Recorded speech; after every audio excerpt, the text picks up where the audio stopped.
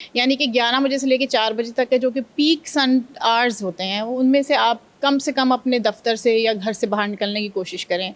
अगर निकलना नागुज़ीर है तो आप अम्ब्रेलाज़ यूज़ करें, आप कैप्स पहनें, आप ग्लव्स और सनग्लासेस का इस्तेमाल करें और साथ-साथ आप सनस्क्रीन का इस्तेमाल करें जो कि कम से कम SPF 30 या प्लस हो।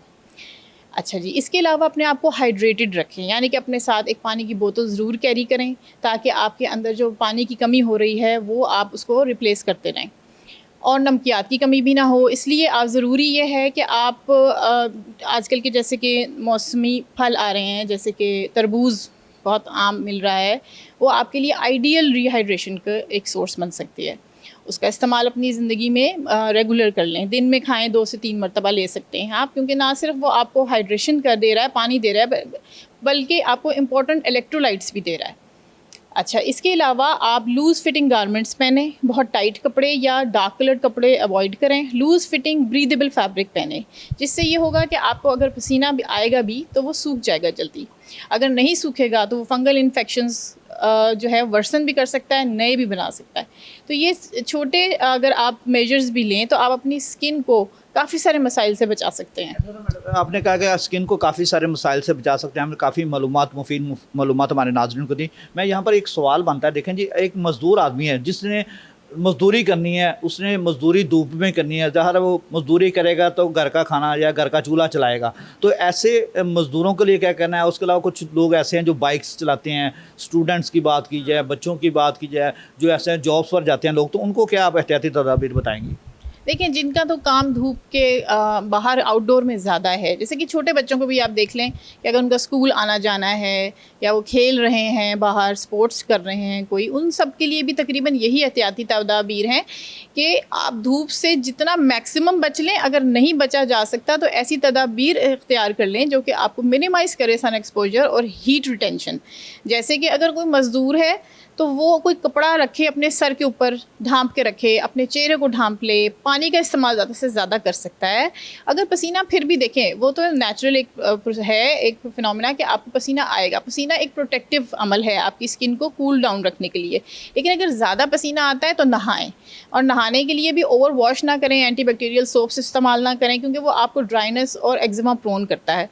इसलिए सादे पानी और सादे साबुन से नहाएं और अपने आप को प्रोटेक्टेड रखें, कपड़े से ढाँपें, हल्के कपड़े पहनें, कॉटन का कपड़ा इस्तेमाल करें ताकि पसीना आपको कम से कम आए, या आए तो सूख जाए। अच्छा मैडम, एक चीज़ मैं ये भी पूछना चाहता हूँ, जैसा कि आपको पता है गर्मी में कोशिश करते हैं लोग घरों में ज़्यादा रहने की कोशिश करते हैं और कूलर्स का इस्तेमाल करते हैं, अपनी जो है AC का इस्तेमाल किया जाता है, ठंडक का कहता कमरा ठंडा हो, घर ठंडा हो।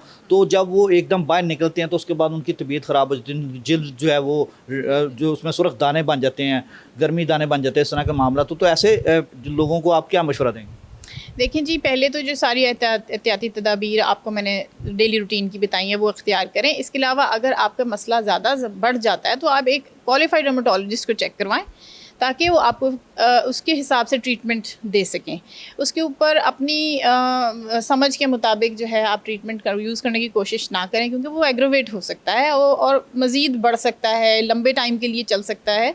तो एक अच्छे डर्मेटोलॉजिस्ट को चेक करवा लें ताकि आपका मसला हल हो सके। मैडम, आपका कहने का मकसद है कि अच्छे डर्मेटोलॉजिस्ट को चेक करवाएं, लेकिन मैं यहाँ पर ये ज़रूर पूछना चाहता हूँ, हमारे नाज़रीन भी ये पूछना चाहते हैं, जैसा कि हीट ब्रस्ट महकमा मौसमियात ने कहा कि हीट ब्रस्ट या हीट स्ट्रोक हो सकता है। हर दफ़ा गर्मियों में टेम्परेचर 47-40, आज भी टेम्परेचर जो है 42-41 के करीब चल रहा है इस वक्त भी। लेकिन इसके बाद जब आम आदमी या कोई मज़दूर या कोई आम आदमी बाहर जाता है तो उसके ऊपर जिल्द के ऊपर क्या इफेक्ट होता है, उसको क्या हम नाम देते हैं? क्या आप अपनी ज़ुबान में इसको, डॉक्टरी ज़ुबान में क्या नाम देती हैं? उसको क्या बताती हैं कि उसको ये प्रॉब्लम शुरू हो गई और हीट की वजह से हुई है? देखिए जी, सबसे कॉमन मसला जो हमारी स्किन रेस में होता है वो होता है टैनिंग। ठीक है, टैनिंग हो सकती है, उसके अलावा सनबर्न भी हो सकती है। उसकी अलामत क्या होती हैं, टैनिस की अलामत? टैनिंग में ये होगा कि जी रंगत जो होगी ना आपके एक्सपोज्ड पार्ट्स की, वो बदल जाती है, वो डार्कर हो जाती है देन द स्किन टोन जो कि आपकी कवर्ड होती है। इसको आप टैनिंग कह सकते हैं। और टैनिंग जो होती है वो रिवर्सिबल होती है। अगर आप धूप से बचें कुछ अरसे के लिए दोबारा, या आप सन ब्लॉक का इस्तेमाल कर लें, शेडेड एरिया में रहना शुरू हो जाए, तो वो रिवर्सिबल है।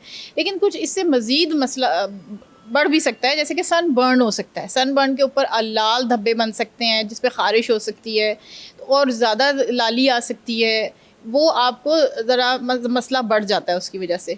तो सनबर्न अवॉइड करने के लिए भी वही तदाबीर है, लेकिन उसकी ट्रीटमेंट भी दी जाती है साथ साथ। और परमानेंट पिगमेंटेशन भी हमारी रेस में बड़ी कॉमनली देखी जाती है, क्योंकि जिस तरह की हमारी एशियन स्किन्स हैं, इसके अंदर टैनिंग और उसके बाद परमानेंट पिगमेंटेशन भी बहुत ज़्यादा देखी जाती है, ख़ास तौर से ख़वातीन में या उन मर्द हज़रात में जो बाहर की तरफ बाहर की एक्सपोजर ज़्यादा है जिनका।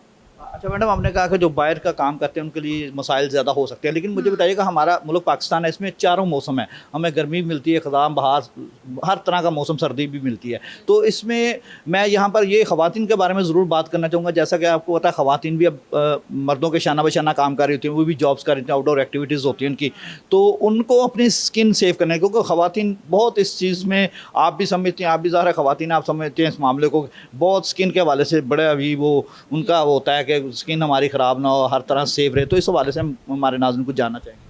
देखें, ख़वातीन के लिए स्किन एक और भी बड़ा चैलेंज है, क्योंकि जिस तरह से हमारी सोसाइटल नॉर्म्स हैं, ख़वातीन से ज़्यादा एक्सपेक्टेशंस होती हैं। इसलिए ख़वातीन को चाहिए कि अपनी एक स्किन केयर रूटीन ज़रूर फॉलो करें, ठीक है। वो लाजमी है कि अगर कोई भी चीज़ चेहरे पे लगा रही हैं, उससे पहले सन ब्लॉक ज़रूर लगाएं, एज अ बेस इस्तेमाल करें।